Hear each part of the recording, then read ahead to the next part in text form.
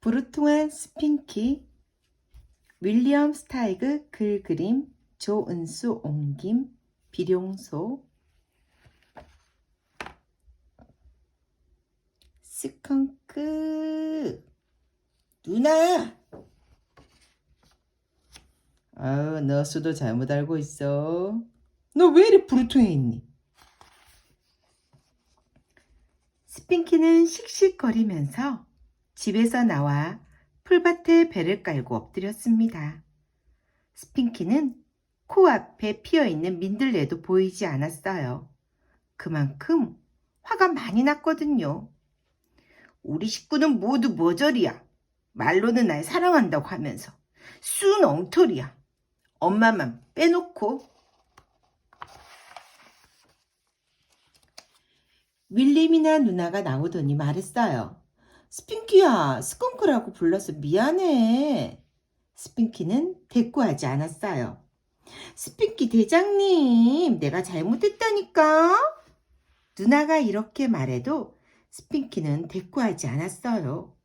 그랬더니 누나는 그냥 집으로 들어가 버렸어요. 지금 와서 미안하다면 다야? 스핑키는 중얼댔어요. 조금 뒤 히치 형이 슬금슬금 다가와 스핑키 등을 꾹꾹 찔렀습니다. 스핑키는 휙 뿌리쳤지요.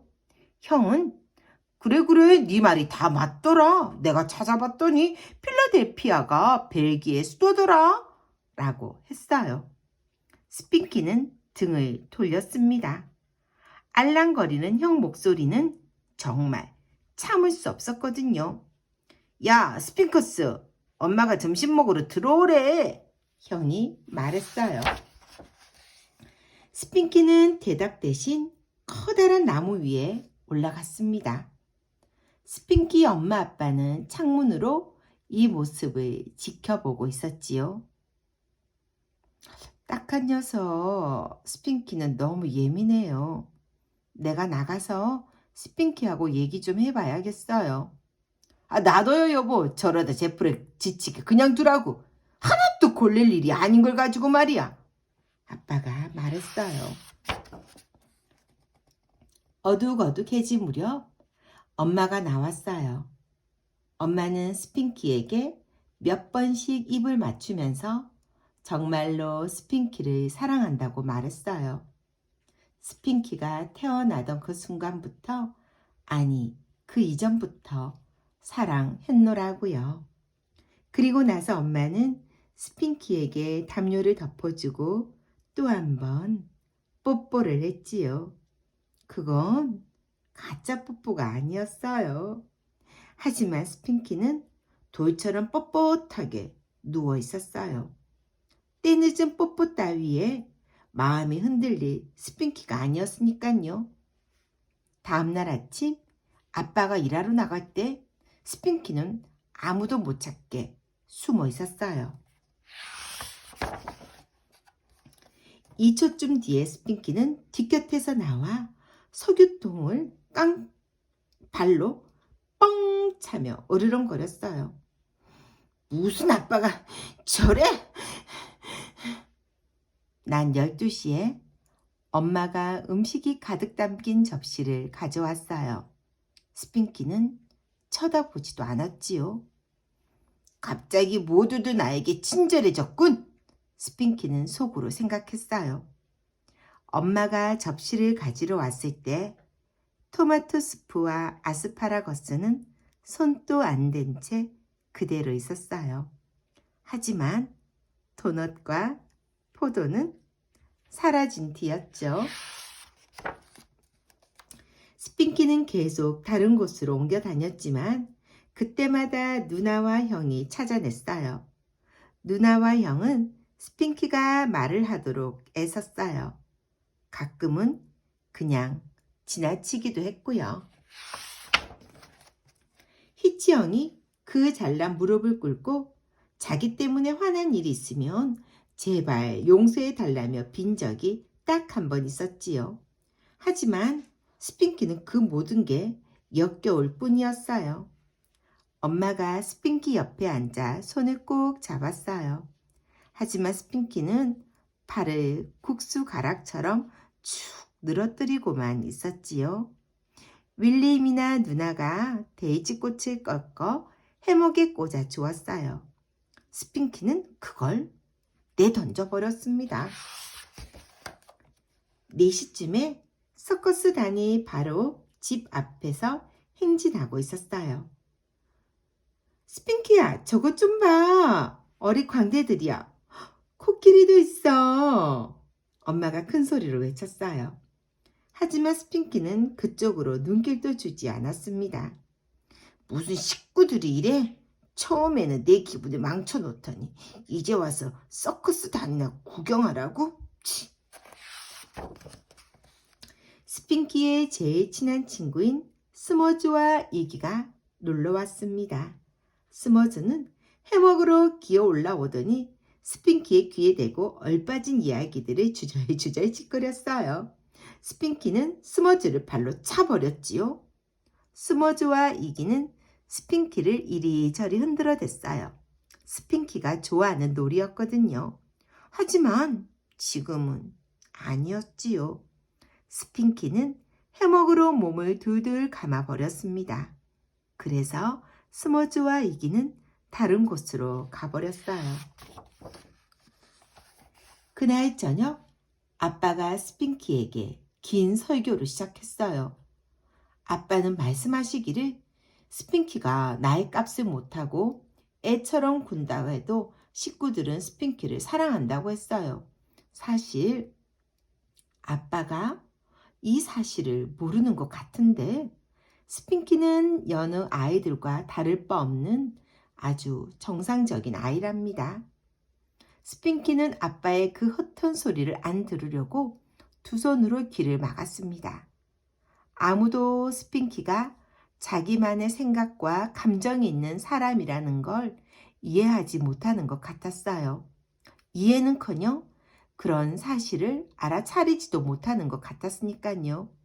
이 세상이 스핑키에게 함부로 대했으니 스핑키도 이 세상을 싫어하기로 했지요. 세상에 있는, 살아있는 모든 것들을요. 아참, 동물들만은 빼고요. 스핑키네 식구들은 걱정이 되었어요. 식구들은 스핑키가 그렇게 불쌍해하는 걸 더 이상 두고 볼 수가 없었거든요. 그래서 그날 밤 스핑키네 가족 회의를 열었습니다.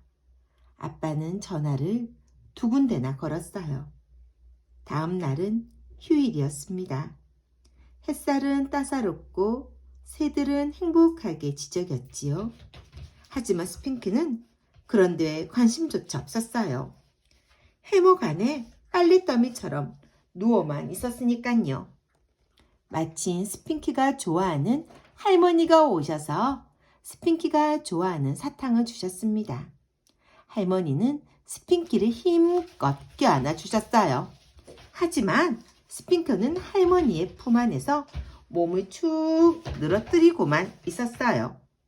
결국 할머니도 이 세상에 속하는 사람이고 스핑키는 더 이상 이 세상과 친하지 않기로 했으니까요. 바로 그때 광대 아저씨가 잔디밭으로 껑충껑충 뛰어오르는 것이었어요.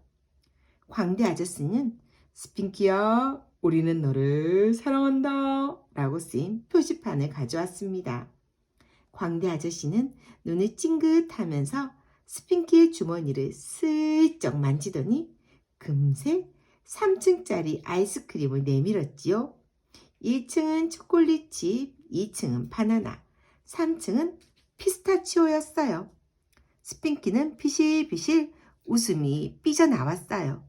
그런데 바로 그때 아빠가 싱글벙글 웃는 게 보였어요. 아하, 어찌된 일인지 알겠군. 광대 아저씨는 바로 식구들이 보낸 거였어. 좋아, 그렇다면 절대 웃을 수 없지. 하루 종일 식구들 모두가 스핑키를 끔찍히 배려해 주었어요. 비가 내리기 시작하자 엄마는 비를 막을 천을 가져다 덮어주었고 아빠는 커다란 양산을 세워주었어요.